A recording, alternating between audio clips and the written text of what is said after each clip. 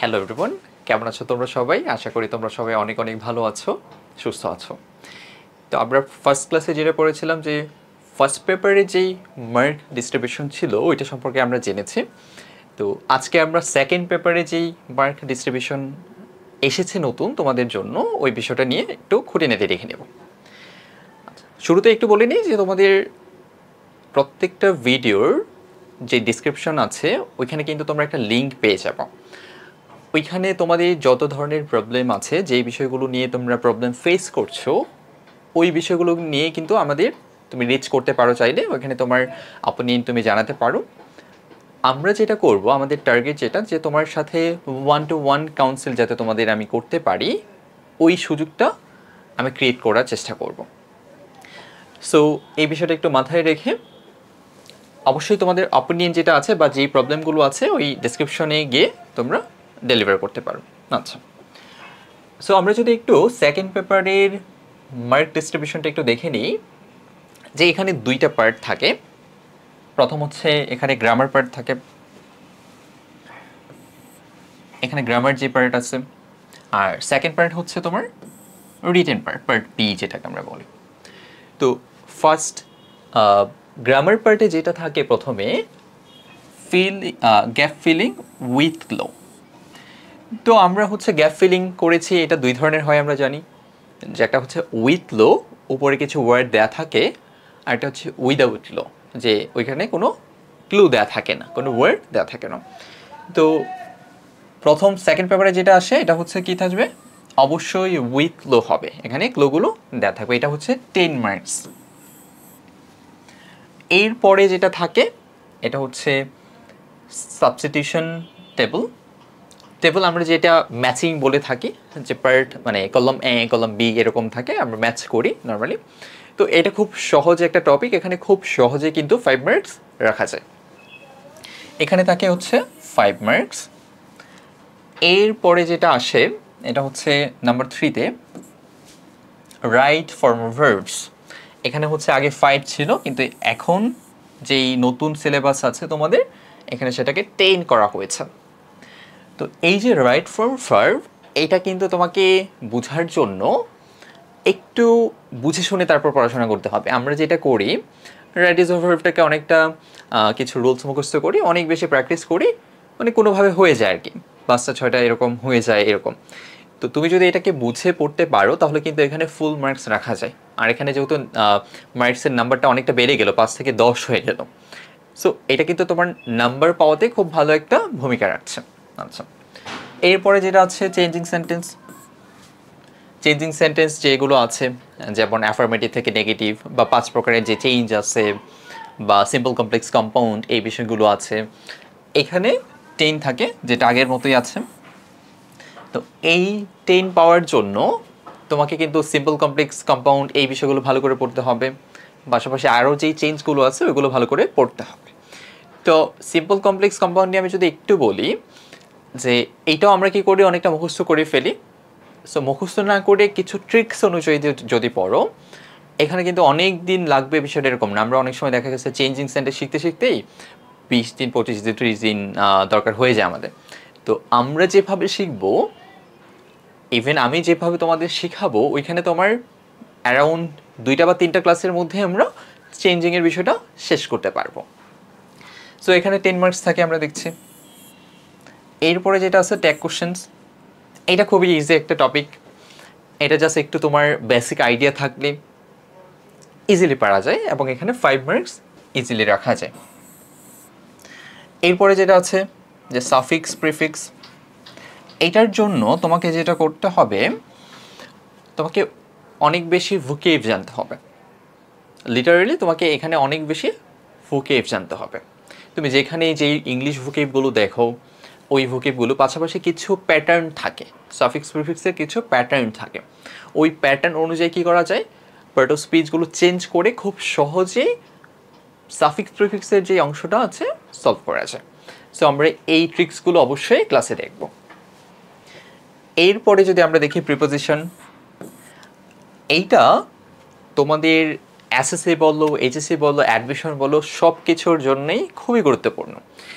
এর বাইরে যেটার জন্য খুব বেশি গুরুত্বপূর্ণ যে তোমরা যখন ফ্রি হ্যান্ডে কোনো কিছু লিখতে যাবা তখন অবশ্যই তোমার প্রিপোজিশন সম্পর্কে একটা ক্রিস্টাল আইডিয়া থাকা লাগবে। তুমি যদি প্রিপোজিশন না পারো তাহলে তোমার লেখার ক্ষেত্রে অনেক বেশি ভুল হবে, যেটা আমরা সচরাচর করে থাকি। আমরা কিন্তু ফ্রি হ্যান্ডে কোনো কিছু লিখতে গেলেই অনেক বেশি মিস্টেক্স করি। সো ওই মিস্টেক্সগুলো এড়ানোর জন্য আমাকে প্রিপোজিশন খুব ভালো করে, আই রিপিট, প্রিপোজিশন খুব ভালো করে শেখা লাগবে, বুঝে বুঝে শেখা লাগবে। প্রিপোজিশন হচ্ছে এখানে 5 মার্কস থাকে, আমরা দেখছি। নাম্বার 8-এ তোমাদের যেটা আছে এটা হচ্ছে সেন্টেন্স কানেক্টর। এটাও তোমাদের free hand skill, free hand writing স্কিলের ক্ষেত্রে অনেক বেশি ইম্পর্টেন্ট। যখন তোমরা প্রিপোজিশনে ভালো থাকবা, যখন তোমরা কানেক্টরস ভালো পারবা, এগুলো তোমার ফ্রি হ্যান্ড রাইটিং স্কিলটাকে অনেক বেশি আপগ্রেড করবে। পাশাপাশি তোমরা এসএসসিতেও বা এইচএসসিতেও খুব ভালো একটা মার্ক ক্যারি করতে পারবা। তার মানে কানেক্টর এখানে 5 থাকছে। এরপরে সর্বশেষ গ্রামার পার্ট যেটা থাকে এটা হচ্ছে পাংচুয়েশন অ্যান্ড ক্যাপিটালাইজেশন। এখানে হচ্ছে 5 থাকে, এটা আমরা অনেক আগে থেকেই করে আসছি। এই পাংচুয়েশন 2 ধরনের আসে, একটা হচ্ছে ন্যারেটিভ স্টাইল, ন্যারেশন স্টাইলে আসে, আরেকটা হচ্ছে নর্মালি যে প্যাসেজগুলো থাকে জাস্ট হচ্ছে ফুল স্টপ, কমা, এগুলি দিয়ে জাস্ট প্যাসেজ টাইপের আসে। তো তোমাদের যেই টাইপটা একটু বেশি আসে এটা হচ্ছে ন্যারেটিভ স্টাইল। তো ন্যারেটিভ স্টাইল যেটা আছে এটা একটু ভালো করে দেখবা, পাশাপাশি ওইগুলো একটু দেখতে হবে। আচ্ছা, এই হলো তোমাদের গ্রামার পার্ট। আমরা জানি গ্রামার পার্টে কত থাকে, সব মিলিয়ে থাকে 60 মিনিটস। এরপরে পার্ট বিতে যেটা থাকে, পার্ট বি হচ্ছে রাইটিং পার্ট। তো রাইটিং পার্টে কী থাকে, নর্মালি আমরা যেগুলো আগে ছিল এগুলো একটু চেঞ্জ হয়েছে। এখন কি আসছে, এখন হচ্ছে তোমার রাইটিং প্যারাগ্রাফ থাকে এখানে, এই প্যারাগ্রাফের মধ্যে 10 থাকে।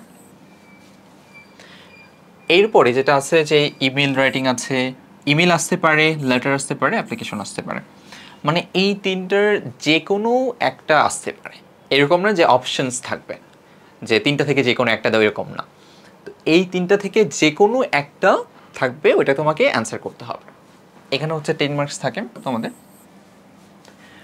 এরপরে যেটা আছে যে রাইটিং শর্ট কম্পোজিশন, যেটা আমরা কম্পোজিশন লিখে আসছি এতদিন, ওইটাতে কিন্তু আগে মার্কস কিছুটা কম ছিল, 12 ছিল তোমাদের, কিন্তু ওইটাতে বাড়িয়ে এখন 20 করা হয়েছে। তো রাইটিং সেকশনে ভালো করার জন্য তোমাকে শুধু মুখস্থ নির্ভর পড়াশোনা করলেই হবে না, যে আনকমন আসলে বা কোনো কিছু যাতে তুমি কি করতে পারো, ফ্রি হ্যান্ডে লিখতে পারো, ওই অ্যাবিলিটি গেইন করা তোমাদের জন্য খুব বেশি ইম্পর্ট্যান্ট, যেটা তোমাদের ইংরেজিটাকে শিখতে সাহায্য করবে। সো এই ছিল তোমাদের সেকেন্ড পার্টে যে বিষয়টা ছিল। এখানে গ্রামার পার্ট এবং রিটেন পার্ট, দুইটা পার্টই তোমাদের জন্য ইম্পর্টেন্ট। বিশেষ করে স্পেশালি তোমরা যখন এই রিটেন পার্টে ভালো একটা মার্কস রাখতে পারবা, 60 থেকে তুমি যদি অ্যাটলিস্ট 50 রাখতে পারো, এবং রিটেন পার্টে তুমি যদি 40 থেকে 30 রাখতে পারো, তাহলে কিন্তু মোটামুটি তোমার এ প্লাসের কাছাকাছি একটা মার্কস তোর চলে আসে। আর যারা ভালো, যারা একটু সিরিয়াসলি পড়াশোনা করো, আমি এটা বলবো যে তোমরা 60 থেকে মিনিমাম 55 রাখার চেষ্টা করবা।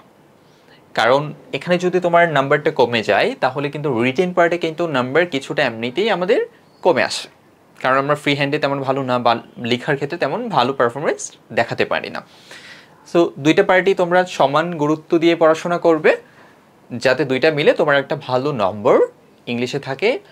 ওভারঅল আমি বলবো যে শুধু পরীক্ষার জন্য না, শুধু নম্বর পাওয়ার জন্য না, তুমি যাতে ইংলিশ ল্যাঙ্গুয়েজে ভালো হতে পারো, যাতে তুমি ফ্রি হ্যান্ডে লিখতে পারো বা কথা বলতে পারো, এই বিষয়গুলো কিন্তু তোমাকে, এই টপিকগুলো অনেক দারুণভাবে হেল্প করতে পারে।